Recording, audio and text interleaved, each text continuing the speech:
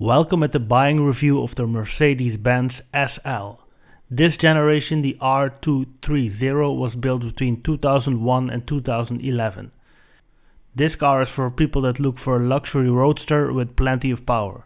In this review we will check if this car is reliable and what are some of the issues that you have to look out for when buying such a car.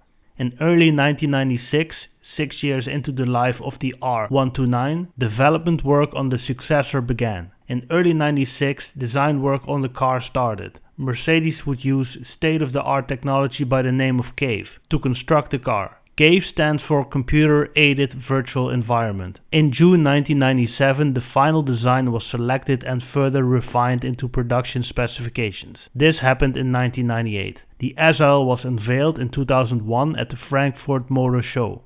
Production started on October 13, 2001.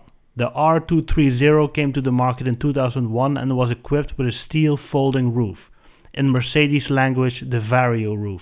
This roof was well built, so that when the driver had the roof closed, there was a feeling of driving a big coupe. Engine-wise, there were many choices: V6, V8 and V12 engines. AMG also tuned the SL, creating a very powerful car, the likes of an SL500 AMG, and after the facelift in 2006 and 2008 there was the SL63 AMG and the SL65 AMG. There was even a 670 horsepower Black Series available. Talking about the facelift, in 2008 Mercedes almost changed everything it could on the SL. New engines, and some of these engines were equipped with a power dome to underline the power of the engine and the sportiness of the car. Overall, the car got a much sharper design, sharper nose and rear end.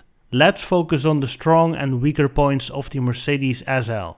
Strong points of this car: this is a very comfortable cruiser and it has fantastic engines. And tension points of these cars are, to start with the driveline, the early SL350 and the SL500 suffer from breaking baffles in the gas tank. They will rattle, but replacing the tank is expensive because of a part of the roof mechanism has to be disassembled. The M272 and M273 V6 engines have problems with distribution, wherein a gear from the balance shaft excessively wears. The engine will therefore run uneasily. Replacement is a costly affair. So if you want to go for a V6, check out if repairs already have been done, and if not, you can maybe negotiate the price. Again, we're talking about the M272 and M273 V6 engines. The ignition coils of the V12 engines are sensitive and replacement is expensive. Now let's move over to the chassis. The optional automatic body control suspension is beautiful, but check carefully whether the car is level and if there's no leaks under the car. It is recommended to replace the fluid every 4 years. If that has not happened, there are potentially expensive repairs to be made. The problem might be in the struts or in the pumps, but in any case, replacements or repairs are quite expensive. Then the Sensotronic brake control is a beautiful intelligent system, but the pump on the SL sometimes breaks and repairs are costly. Mercedes recognized these problems with the brakes and replaced the brake system with the more conventional brake systems out of volume models like the E-Class. They did this because the redesign for the brake system for the SL that was built in relatively small numbers became too expensive, so the decision was made to not rebuild the braking system for the SL. Exterior. The steel roof will give lots of comfort, but it's also a heavy component of the car, consisting out of many moving parts. Be sure to check the roof for proper opening and closing. There should be no strange noises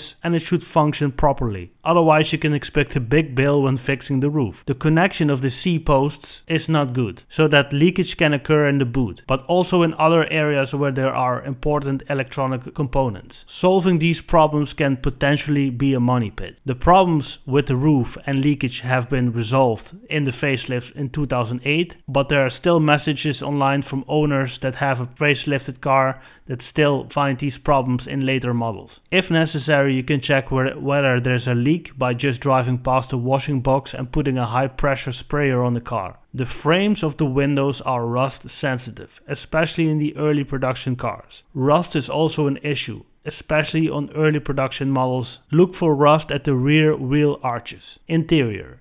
Damage at the driver's side door is common, usually caused by getting in and out of the car. Like you expect with such a car, there are many gadgets available. Make sure that they all work. Press all the buttons and check if they function. Electrical. Make sure that you check that the keyless entry function works, if specified. Check the workings of the air-cooled pump. If moisture is collected in the vacuum pump of the central locking, this can cause central locking to stop functioning. There are 2 batteries in the SL. One of them is used for all the electronic gadgets such as the roof control and seat heating. That battery has the tendency to run out fairly quickly, especially in pre-facelift models. Thanks for watching the buyer's review of the Mercedes SL. I hope this was useful for you. If so, subscribe to my channel and we hope to see you guys in the next video.